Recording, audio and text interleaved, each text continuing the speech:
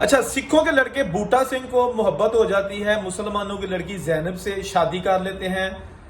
लड़की जैनब बाद में मिलिट्री के जरिए पाकिस्तान आती है। पाकिस्तान आने के बाद बूटा सिंह भी उसके पीछे आने की कोशिश करता है, मुसलमान हो जाता है, अपना मुल्क छोड़ देता है, पाकिस्तान आ जाता है बगैर वीजे के। यहां पर फिर जैनब उसको नहीं मिलती। क्यों नहीं मिलती? फिर वो बूटा सिंह वापस जाने से इनकार क्यों कर देता है? बूटा सिंह की कब्र आज भी लाहौर के तारीखी मियानी साहब कब्रिस्तान में मौजूद है। बूटा सिंह को लोग नफरत की निगाह से नहीं बल्कि आज भी पाकिस्तान में मोहब्बत की निगाह से क्यों देखते हैं। यह है आज की हमारी बड़ी दर्दनाक सच्ची स्टोरी। वीडियो को सारी देखेंगे तो आपको पता चलेगा कि 1947 की पार्टीशन के दौरान किस किस किस्म के वाकयात ने जन्म लिया, किस किस किस्म के खानदानों को उजाड़ा, किस किस किस्म की जुदाइयां आई। आइए वीडियो शुरू करते हैं। जैनब जो कि एक मुसलमान घराने की लड़की 1947 की पार्टीशन के दौरान अपनी फैमिली के साथ इंडिया से पाकिस्तान की तरफ आ रही थी कि रास्ते में हमला हो गया और कुछ लोगों ने जैनब को अगवा कर लिया, जबकि उसके घर वाले या दूसरे जो लोग थे उनको जख्मी कर दिया या सारे आपस में बिखर गए, बिछड़ गए। बूटा सिंह को पता चला कि ये जो लड़की मुसलमान लड़की है ये इन लड़कों के पास है, तो बूटा सिंह ने उनसे कहा कि इस लड़की को छोड़ दो। उन्होंने कहा कि हम पैसे लेकर छोड़ेंगे। बूटा सिंह ने उनको बताया जाता है कि उस वक्त 1500 रुपए देकर जैनब को छुड़ा लिया, अपने घर ले गया और उसके साथ जैनब के साथ शादी कर ली। इस दौरान उनकी एक बच्ची भी पैदा हुई कुछ अरसा बाद। बूटा सिंह जो कि अपनी मोहब्बत यानी जैनब से बेपनाह इश्क करता था, इसीलिए उसने उस वक्त 1500 एक बड़ी रकम थी, उसके वजह से इसको खरीद लिया था। जैनब भी अपने घर में रहना शुरू कर दिया। कुछ सालों बाद आपको पता ही है कि मुआहदा था कि जो भी लड़की खा किसी भी धर्म से है वो बेशक शादी करके रह रही है वो मगवी तस्वर होगी, यानी कि यही तस्वर होगा कि उसको अगवा किया गया है।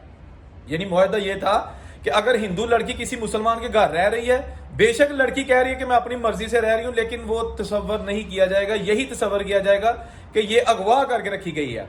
सिमिलरली बूटा सिंह ने कहा कि ये मेरी बेगम है, हम हंसी खुशी रह रहे हैं। जैनब ने भी कहा कि मेरा ये शोहर है, लेकिन उसके बावजूद मिलिट्री को यह हुक्म था कि नहीं, 1947 के हंगामों में अगवाशुदा लड़कियां बेशक शादी कर लेंगी किसी गैर मुस्लिम के साथ, लेकिन उनको वापस ही जाना होगा, ये मुआहदा था। जैनब जो कि उस वक्त फिर मिलिट्री के जरिए जलंधर गई और बूटा सिंह ने बड़ी कोशिश की कि या तो वो जैनब के साथ चला जाए या जैनब को पाकिस्तान ना जाने दिया जाए। मेरे बच्चे की माँ है, मेरी बेटी है और जैनब की खातर मैंने अपना सब कुछ गवा दिया। रिश्तेदार और जो अजीजोकार से सब ने मुंह मोड़ लिया कि मुसलमान लड़की घर में रखी है, लेकिन उसके बावजूद बूटा सिंह जैनब से बहुत प्यार करता था। मिलिट्री ने जैनब को लाहौर के सरहदी गांव नूरपुर में उनके रिश्तेदारों के हवाले कर दिया। ये गांव आज भी मौजूद है। जैनब को पाकिस्तान पहुंचते ही उसके घर वालों ने उसकी दूसरी शादी कर दी, इसलिए कि उन्हें पता था कि ये ऑलरेडी शादी इसकी इंडिया में हो चुकी थी एक सिख नौजवान के साथ, तो बेहतर यही है कि इसको ज्यादा अरसा तक यहाँ पर कंवारा नहीं रखा जाएगा, इसकी शादी कर देते हैं। तो जैनब की शादी हो गई। बूटा सिंह दिन रात अपनी बेगम जैनब के लिए तड़पता रहा, रोता रहा और उसने फिर इंडिया में पाकिस्तानी हाई कमीशन से रब्ता किया कि मैंने पाकिस्तान जाना है। उसने सारी स्टोरी बनाई, लेकिन उन्होंने इसको पाकिस्तान का वीजा जारी करने से इनकार कर दिया। बूटा सिंह ने दिल्ली की जामिया मस्जिद में जाके इस्लाम कबूल कर लिया, मुसलमान बन गया, अपने बाल कटवा दिए, कस कटवा दी और उसके बाद फिर उसने कोशिश की कि मैं पाकिस्तान जाऊं। अपनी बच्ची को लेकर गैर कानूनी तौर पर वो बॉर्डर क्रॉस करके और वो पाकिस्तान आ गया। पाकिस्तान आया, उसके बाद उसे पता चला कि जैनब कहाँ रहती है, क्योंकि ऑलरेडी उसे उसी वक्त मालूम था कि इसके खानदान वाले कहाँ गए हैं। जैनब ने बताया था।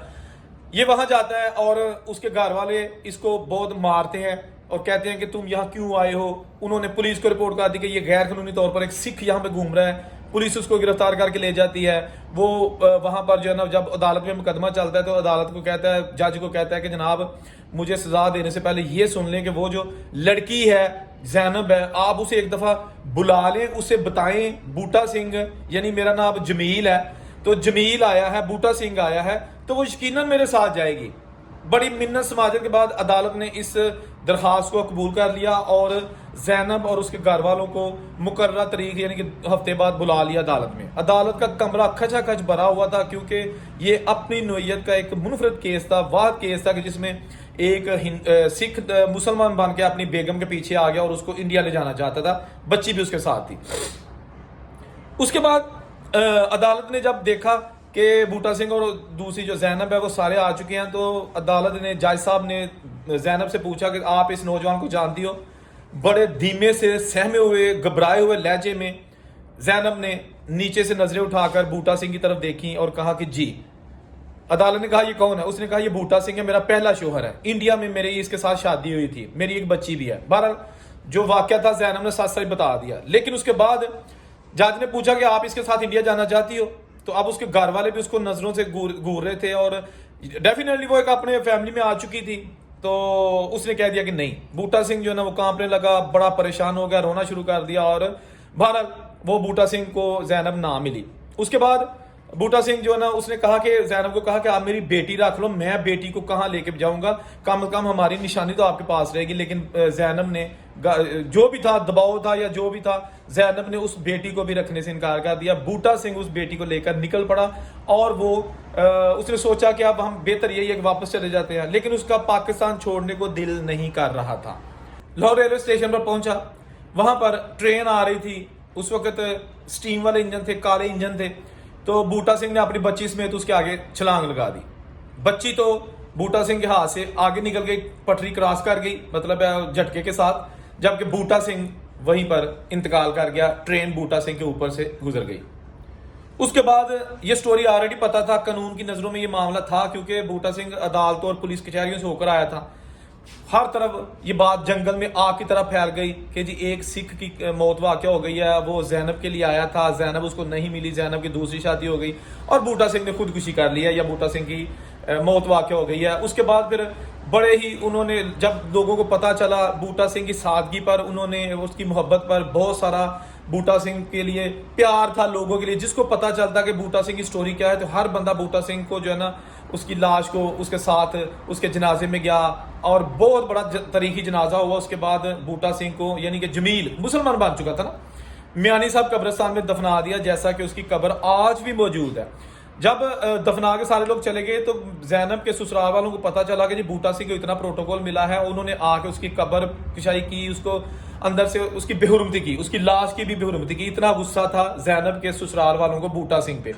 बहरहाल लोगों ने फिर आके उसको दफनाया और उसकी कब्र बना दी और ऊपर रेलवे वालों ने कतबा भी लगा दिया। सारा कुछ हुआ। ये आज भी चीजें मौजूद हैं, बूटा सिंह की निशानी कब्र आज भी मौजूद है, लेकिन बूटा सिंह मौजूद नहीं है। ये वो सच्ची कहानियां हैं जो कि 1947 के पार्टीशन के बाद अब आहिस्ता आहिस्ता सामने आ रही हैं। जहां तक ये पता है कि वहां पर जो जैनब थी ना, जैनब और बूटा सिंह की जो बेटी थी ना, उसको किसी ने पाल लिया था, लयपालक हो गई थी। यानी कि किसी खानदान ने कहा था कि हम इसको अपनी बेटी बना लेते हैं। और वो आखिरी तलाक जो स्टोरी में छपी है ना, ये 1975 की बात है। उस वक्त तक जैनब की बेटी, यानी कि जो जैनब और जमील की बेटी थी, बूटा सिंह की बेटी, वो लिबिया में अपने इंजीनियर शोहर के पास रह रही थी और उनके बच्चे थे। यानी उसकी बेटी का अपना फ्यूचर बन गया था।